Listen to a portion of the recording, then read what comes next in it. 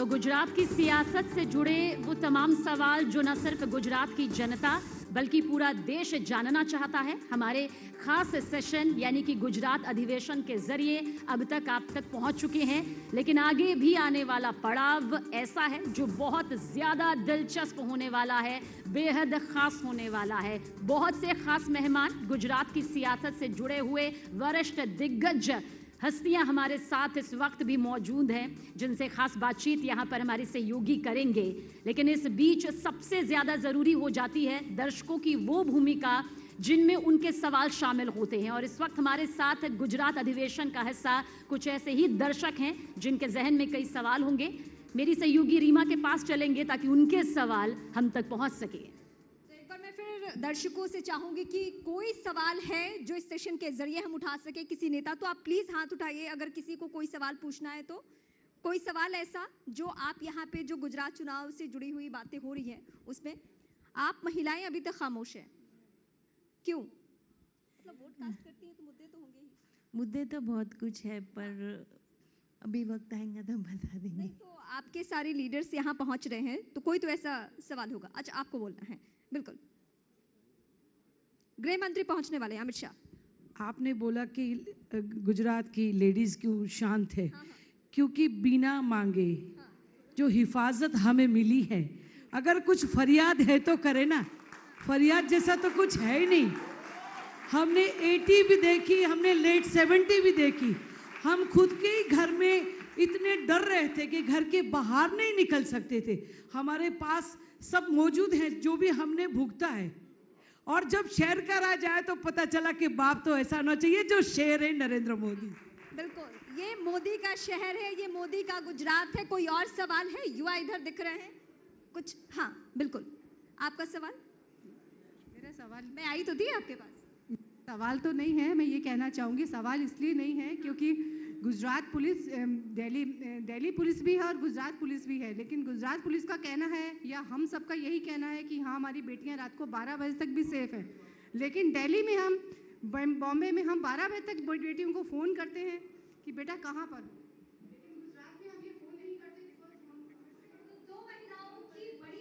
तो देश के number 1 news channel news 18 India में गुजरात अधिवेशन, सबसे बड़ा चुनावी मंच। एक बार फिर से जोरदार तालियों के साथ इस सेशन को हम आगे बढ़ाएंगे। और अब एक ऐसी हस्ती जिनका हर अंदाज अपने आप में खास है, वो आप तक पहुंचेंगे।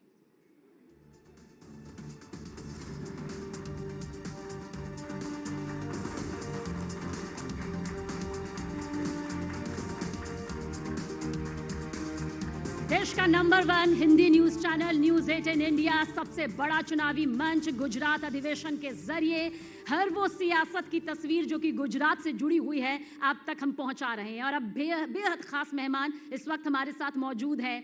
हमारे साथ एक ऐसी हस्ती गुजरात की मौजूद है जिनका नाम सामने आते ही हर किसी के चेहरे पर मुस्कान आ जाती है। पुरुषोत्तम रूपाला जी हमारे साथ है। मजाकिया अंदाज के लिए जाने जाते हैं। परंपरागत वेशभूषा उनके किरदार का हिस्सा है। स्थानीय भाषा उनकी जिंदगी का सबसे खास पड़ाव है।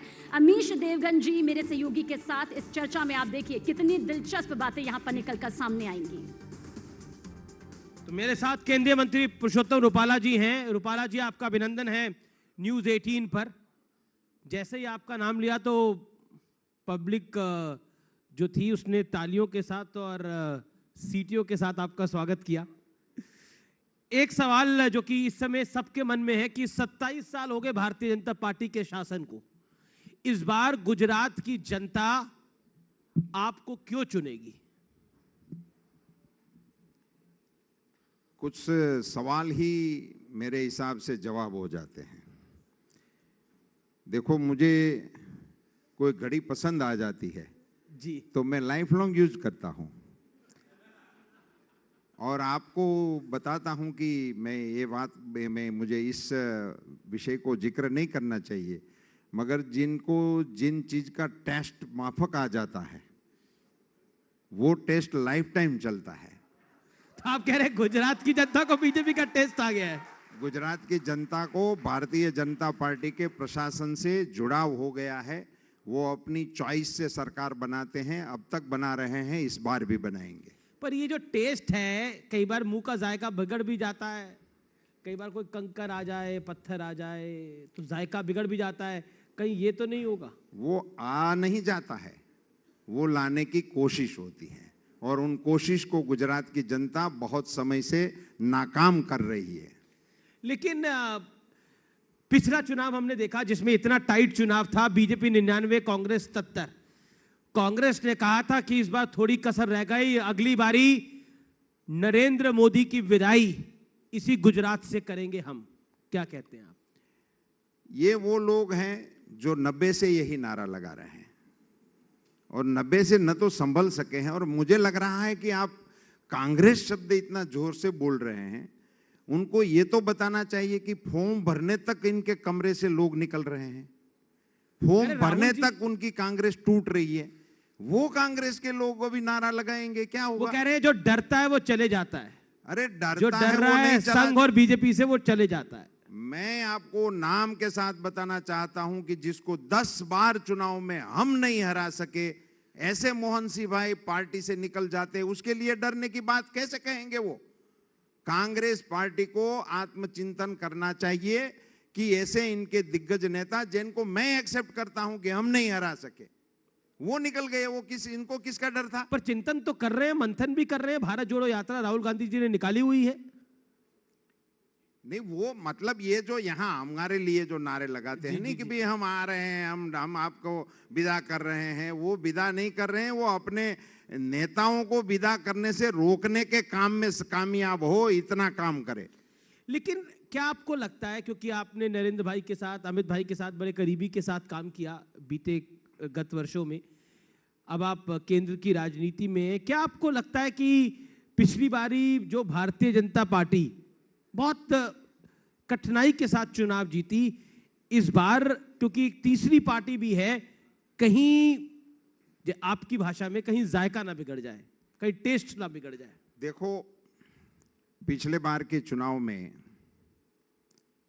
सामाजिक रूप से गुजरात में अनरेस्ट करने का एक बहुत बड़ा अभियान चला और इन सब के हम साक्ष्य बने। अब आप ये भी देख रहे हो कि जो अभियान चला रहे थे वही कह रहे हैं कि भाजपा को वोट दो।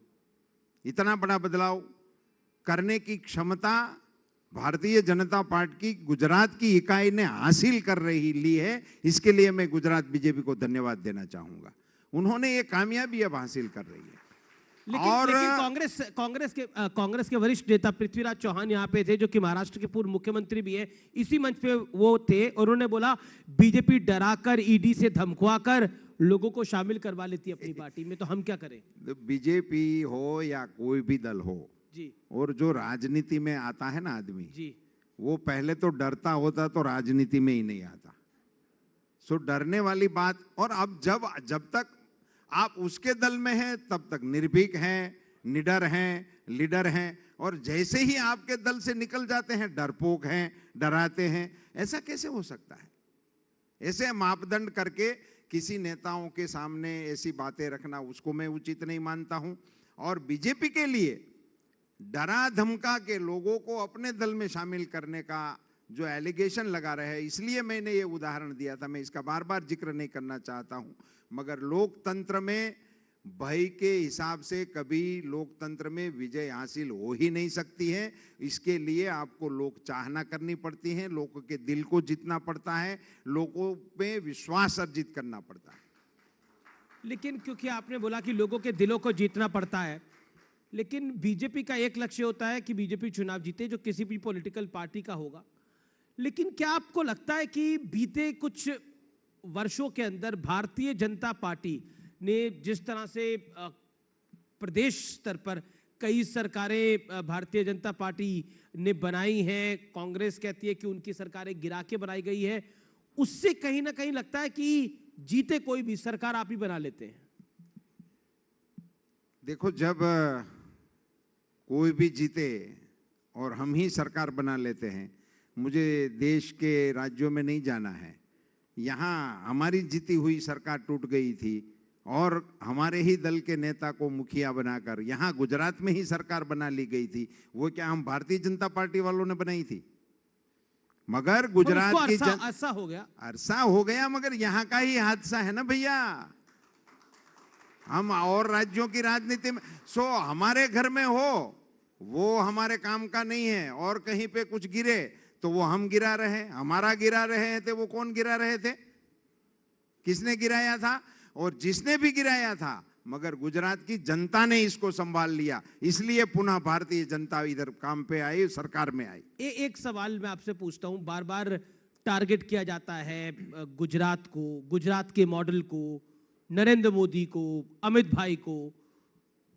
क्या आपको लगता है कि देश में गुजरात मॉडल की चर्चा होती है, लेकिन अब एक दिल्ली से नेता आए हैं, वो कहते हैं मैं दिल्ली मॉडल लेकर आया हूं, इस बार मौका दे दो, एक मौका केजरीवाल को, वो कहते हैं। एक बात समझ लेनी चाहिए कि वैसे दिल्ली राजधानी होने के कारण उसको राज्य का दर्जा है जी, वरना ये एक बड़ा कॉरपोरेशन है। तो इनको, हमारे यहाँ 8 कॉरपोरेशन है, इसमें से किसी एक मेयर के साथ बैठ के चर्चा करनी चाहिए। आप केजरीवाल जी तो अरे मुख्यमंत्री यहाँ हैं, हाँ, किसी को भी मैं कह सीएम है सकता वो, हूँ। मुख्यमंत्री, ही इज सीएम। अरे मुझे इसमें कोई आपत्ति नहीं है, मैं स्वागत करता हूं, सम्मान करता हूं जी। इसीलिए मैं, मगर राज्य होने की ये वजह, सम्मान राज्य होने कमाल की का, वजह, आप कह रहे हैं कि उनको हमारे मेयर के साथ चर्चा कर लेनी चाहिए, हाँ, वो एरिया इतना इसका है ना, इसलिए मैं कह रहा हूं। लेकिन वो हमारे अहमदाबाद के मेयर के पास जितना एरिया है, जितनी आबादी है, जितने स्टूडेंट्स हैं, जितने टीचर्स हैं, अभी यहाँ गुजरात में आके आप बताएंगे कि हम शिक्षण का मॉडल हमें यहाँ चर्चा करना है। मैं आपको आपके माध्यम से दर्शकों को और देशवासियों को बताना चाहता हूँ, आजादी के पहले गुजरात के महाराजा श्रीमंत सयाजीराव गायकवाड़ ने यहाँ मुफ्त फर्जियात शिक्षण की घोषणा कर दी थी। उस राज्य के हम नागरिक हैं, और जिसकी शिक्षण व्यवस्था में से हिंदुस्तान के हमारे जो कॉन्स्टिट्यूशन है उसका निर्माण करने वाले डॉक्टर बाबा साहेब आंबेडकर उसी शिक्षा नीति में से निकल कर बाहर आए। एक अब वो हमको आकर इधर शिक्षा की सलाह देंगे और हमें सुनना है। लेकिन वो कहते हैं उनके मॉडल से घबरा गई है भारतीय जनता पार्टी, डर गई है। यार, घबराने डराने की बात और किसी से किया करो, हमारे जैसे लोगों से क्यों बात करते हो? वो गुजरात वाले डर जाएंगे। ये गुजरात था सर, ना वो आपको डराने की बात नहीं करते, वो कहते हैं मैं गुजरात के बारे में उनसे मैं डरते वो हैं। बता रहे हैं, मैं जी, इनको जवाब देने के लिए बता रहा हूं। जी। जब ब्रिटिश सल्तनत की हुकूमत चलती थी हिंदुस्तान में, उस समय यहाँ के देश के किसानों ने उनके सामने आवाज लगाई थी, उसमें से नेता पैदा किया था, उसका नाम सरदार वल्लभ भाई पटेल है। अब तब नहीं डरे, ये गुजरात वाले किसी मॉडल को लेके दिखे हमको डराने के लिए निकलेंगे। लेकिन अब तो वो देखिए, क्योंकि ये कृष्ण की धरती है गुजरात, भगवान वासुदेव कृष्ण की धरती है, वो कहते हैं कि उनका तो जन्म ही जन्माष्टमी के दिन हुआ। सही बात है, कृष्ण की धरती है, मगर ये उनके संज्ञान में डाल देना चाहता हूं कि भगवान श्री कृष्ण जब तक मथुरा रहे, जब तक यूपी में उनका जो भी लीला कांड का अवसर है, मैं उसकी धार्मिक और आध्यात्मिक बातों पे कमेंट करने का अधिकार नहीं रखता हूं, मगर मैं ये जरूर कहूंगा कि भगवान श्री कृष्ण द्वारिका में जब बसे, उसी के बाद ही द्वारकाधीश का टाइटल मिला है। वो द्वारिकाधीश बने, इससे पहले राजा का टाइटल नहीं था, राजा का टाइटल गुजरात में आकर उनको मिला है। तो क्या आप कहना चाह रहे हैं कि अरविंद केजरीवाल, क्योंकि अब भगवान कृष्ण अब की तुलना, या फिर कहें तो वो कहते हैं क्योंकि उनका जन्म कृष्ण जन्माष्टमी पे हुआ, उनकी दादी या नानी उनको कृष्ण कहती थी, तो क्या आपको लगता नहीं है कि अब उनको भी लगता है कि हिंदुत्व पर वोट पड़ता है, तो वो उसी लाइन पर चल रहे हैं?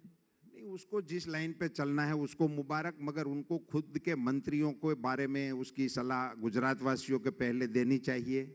मैं ब्रह्मा विष्णु महेश इसको भगवान नहीं मानता हूँ। वो जो कोई लोग बोल रहे हैं गौतम, ये उनके मंत्री बोल रहे हैं, पर हट गए, वो तो हटा दिया गया उनको। नहीं, हटा देने से क्या फायदा होता है? वो तो बात निकल गई ना, दिल में थी, वो होठों पे आ गई।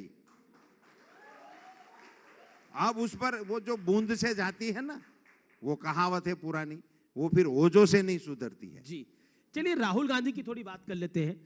राहुल गांधी पिछले चुनाव तक तो काफी आ रहे थे गुजरात, लेकिन अब सुना है आने वाले हैं गुजरात के अंदर, और गुजरात में कांग्रेस के प्रचार की कमान भी संभालेंगे। फिलहाल वो भारत जोड़ो यात्रा निकाल रहे हैं, और उनका कहना है कि जो भारतीय जनता पार्टी ने देश भर में नफरत फैलाई है, उस नफरत के खिलाफ मेरी ये यात्रा है और ये गुजरात में भी नतीजा देगी। देखो, ये तो एक बड़ी दुख की बात है कि भारतीय जनता पार्टी के खिलाफ एक राष्ट्रीय दल जिन्होंने 50 साल तक हुकूमत अपने परिवार से चलाई है, वो लोग ऐसे एलिगेशन कर सकते हैं कि भारतीय जनता पार्टी ने देश में नफरत चलाई है, नफरत फैलाई है। कौन सा कार्यक्रम ऐसा भारतीय जनता पार्टी ने या भारतीय जनता पार्टी से प्रेरित हमारी मोदी जी की गवर्नमेंट ने लिया है जिनसे देश में ऐसी नफरत की आग फैली? क्या मैं पूछ सकता हूं कि कश्मीर में से 370 की कलम हटाने का काम भारतीय जनता पार्टी की मोदी जी की सरकार ने किया, इनसे देश में नफरत फैल गई? क्या अयोध्या के अंदर कॉरिडोर का निर्माण करके भगवान राम के जिस कार्यक्रम को आगे बढ़ाने का काम चल रहा है, इससे देश में नफरत फैल रही है? काशी विश्वनाथ की जिस प्रकार की रचना हो रही है, इससे क्या देश में नफरत फैल रही है? इन सब बातों से नफरत नहीं फैल रही है। देश में एक प्रकार सवाल पुरुषोत्तम जी सुनना पड़ेगा आपको। नहीं, हम सुनने के लिए आए। अच्छा, एक बात बताइए, क्योंकि मैं आपसे सुन के ही कल बाजार में लोगों के बीच में जाने वाला। जी। अच्छा, जब ये सीए आता है तो पूरी एक लॉबी कहती है कि नफरत फैलाई जा रही है। इसी गुजरात के अंदर चुनाव से ठीक पहले कॉमन सिविल कोड लेके आती है भूपेंद्र पटेल सरकार। क्या आपको लगता नहीं है फिर नफरत की बात आती है? एक भी मुसलमान मंत्री नहीं है नरेंद्र मोदी जी की कैबिनेट में, तो फिर कांग्रेस और विपक्ष कहता है देखिए कहां है सद्भाव। ये सवाल उठते हैं पुरुषोत्तम भाई। मुसलमान किसी सांसद को या विधायक को मंत्री बनाने से देश में नफरत नहीं फैलती है, और उसकी कैबिनेट में नहीं होने से देश में नफरत का माहौल होता है। ये कोई मापदंड बना के रखा है किसी ने? आपको कोई घटना का जिक्र करना चाहिए। ये गुजरात की धरती पर common civil code, Congress common civil code पे मैं आता हूं जी। मैं ये आपको बताना चाहता हूं, ये हमारी गुजरात की धरती थी जहां आप हिस्ट्री निकाल लो कांग्रेस के कालखंड का, कितने रमखान यहां गुजरात में होते थे। मैं सौराष्ट्र का आदमी हूं, हमें अहमदाबाद में आना होता था तो हम पूछते थे कि ये रथ यात्रा निकल गई या कुछ शांति से निपट गया है, तभी अहमदाबाद हम जा सकते, वरना कर्फ्यू में कहीं फंस सकते थे। ये माहौल होता था। आज कर्फ्यू क्या है वो 20 साल की उम्र के बच्चों को पता तक नहीं है। इसको बोलते हैं शासन। लेकिन आप और सीए के कॉमन सिविल कोड बताना चाहूंगा, इसमें किसी को आपत्ति क्यों होनी चाहिए? एक सीधी सी बात कोई राज्य का मुख्यमंत्री कहता है, मैं तो चाहता हूं ये गोवा में चल रहा है, किसी ने कभी तक आपत्ति नहीं चलाई। आपसे पूछा जाएगा 27 साल से आपका शासन है, तब क्यों नहीं करा? अब क्यों कर रहे हो जब चुनाव पास में है? कोई भी अच्छी चीज कभी भी शुरू होती है तो इसको कभी भी लेट नहीं मानना चाहिए। तो चुनाव से ठीक पहले होगा तो लगेगा ना कि चुनाव में फिर एजेंडा सेट करना चाहते हैं, पोलराइज करना चाहते हैं। हम तो 27 साल से यहाँ हैं, हमें चुनाव, बीच में कई चुनाव आ गए और चले गए। हमारे लिए ये चुनाव भी अंतिम चुनाव है ऐसा थोड़ा ही है, कई दलों के लिए ये अंतिम चुनाव है। एक देखिए, चलिए, अगर कॉमन सिविल कोड की बात है तो अगर भूपेंद्र पटेल सरकार लेके आ सकती है कॉमन सिविल कोड, तो केंद्र में बीजेपी का शासन ही ले आए। उत्तराखंड भी चुनाव से पहले लेके आता है, गुजरात की सरकार भी चुनाव से पहले लेके आती है, तो केंद्र सरकार ही कर ले पूरा पैटर्न सेट। फिर ये थोड़ा सब्र करो, थोड़ा धैर्य रखो। अभी इस राज्यों में से जो इनका अनुभव आएगा उसी के आधार पर केंद्र सरकार भी सोच सके। वो भी चुनाव से पहले होगा आप कहते हैं? अरे भैया, चुनाव से पहले कभी भी जो ये समय जो होता है जी, वो समय तय करना, वो निर्णय करने वाले लोगों के अपने हिसाब से वो करते हैं, वो करेंगे। मगर इसको हर कार्यक्रम को चुनाव के साथ ही जोड़ना, वो भी कौन सी बात है? अब चुनाव से पहले होगा तो चुनाव के साथ तो जुड़ेगा ही। एक अगला सवाल, हमें कोई आपत्ति नहीं है, जोड़िए, मगर आप इसमें से ये बताइए कि चुनाव के समय ये कदम सही है या गलत है, वो बताइए ना। अच्छा, ये करना चाहिए या नहीं करना चाहिए, उस पर क्यों बहस नहीं करते? अच्छा, क्या आपको लगता है, क्योंकि ओवैसी साहब भी आज गुजरात में थे और वहां पर मोदी के नारे लगे, फिर उन्होंने पीछे बोला कि उनकी गाड़ी पर भी उनकी जब वो ट्रेन में जा रहे थे तो उस पर अटैक हुआ। क्या आपको लगता है?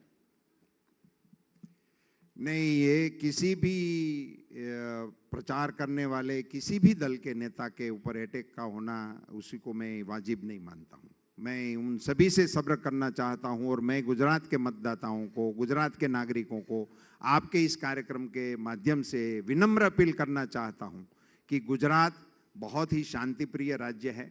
अपना जो कार्यक्रम है वो कार्यक्रमों में कहीं भी धिक्कार और तिरस्कार को कोई स्थान देने की जरूरत नहीं है। सुनना सबको है, करना हमें जो अपने मन में है वो करेंगे। अच्छा, सीए को लेकर आपकी प्रतिक्रिया आनी बाकी है। क्या आपको लगता है सीए को लेकर जो विपक्षी दल कहते हैं और जिस तरह की बयानबाजी देते हैं, उससे कहीं ना कहीं शक पैदा होता है देश की जनता के मन में भी, प्रदेश की जनता के मन में भी? देखो, ये जब कानून आया था और इसका जब जमकर विरोध किया था, तब क्या बता रहे थे, इसको जरा गौर से सुनना। वो लोग क्या कह रहे थे कि आप यहाँ के लोगों का जो मताधिकार है, इनकी नागरिकता जो है, उसको समाप्त कर दी जाएगी। ये उनके लिए उस कानून में कोई प्रावधान ही नहीं है।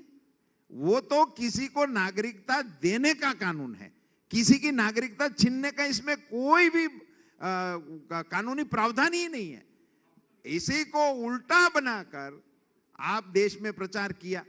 एक भी किस्सा बता दो कहीं भी किसी का भी इस कानून के तहत किसी का भी अधिकार समाप्त हो गया। जी चलिए, बिल्कुल आखिरी दौर की बात है।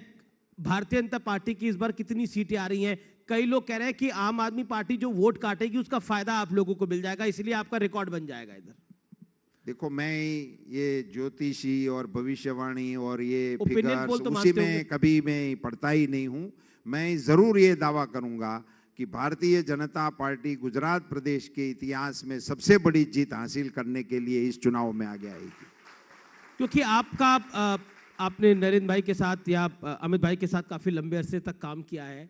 कोई ऐसा किस्सा जिसको आप इस मंच पे बताना चाहेंगे और इस ऑडियंस के साथ शेयर करना चाहेंगे? जी, आपने पूछा है तो मेरा ही डिस्ट्रिक्ट में जब मैं जिला का अध्यक्ष था जी, और उसी समय की एक घटना मेरे स्मरण में आ जाती है। अमित भाई शाह जी शायद स्टेट की कोई ऑफिस बेरर के रूप में थे, अभी एकदम से मुझे स्मरण में नहीं है वो किस पद पर थे, और मोदी साहब हमारे जनरल सेक्रेटरी थे। वो दोनों एक बार अमरेली के दौरे पर आए जी, और उन्होंने बड़े बड़े लेजर मैंने पहली बार देखे थे, जो बड़े व्यापारी लोग रखते हैं ना इस प्रकार के चौपड़े, वो लेकर आए और हमको बिठा के 2-3 घंटा इसमें प्राथमिक सदस्य की किन किन चीज़ों को लिखना है, कैसे लिखना है, ऐसी हमको सबको समझाने की कोशिश किया। मुझे स्मरण में आता है कि उस समय पहली बार भारतीय जनता पार्टी की प्राथमिक इकाई बूथ समिति से लेकर जिला समिति तक का रिकॉर्ड गठित करने का काम प्राइमरी रूप से नरेंद्र भाई ने महामंत्री के तौर पे अमित भाई शाह जी ने वो किताबें देकर शुरू किया था।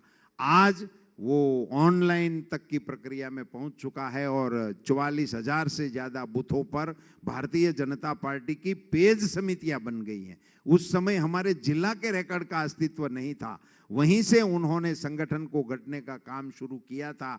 आज उन दोनों संगठन गढ़ने वाले नेताओं ने राष्ट्र की कमान संभाली है और हिंदुस्तान को विश्व में देश को महासत्ता ले जाने की दिशा में दोनों लोग काम कर रहे हैं। तब संगठन में काम करने वाले कार्यकर्ताओं की छाती गर्व से फूल जाती है। बहुत बहुत शुक्रिया पुरुषोत्तम भाई, आप इस मंच पर आए, न्यूज़ 18 के मंच पर आपने अपनी बात को रखा, जनता के समक्ष रखा और बेबाकी के साथ जवाब दिया। बहुत बहुत शुक्रिया, जोरदार तालियां पुरुषोत्तम रूपाला जी के लिए। इस सेशन के लिए आप दोनों का ही शुक्रिया। और अब मैं मंच पर आमंत्रित करना चाहूंगी न्यूज़ 18 इंडिया के मैनेजिंग एडिटर किशोर राजवानी जी को। मैं चाहूंगी वो मंच पर आएं और हमारे खास मेहमान को भेंट दें। धन्यवाद दें।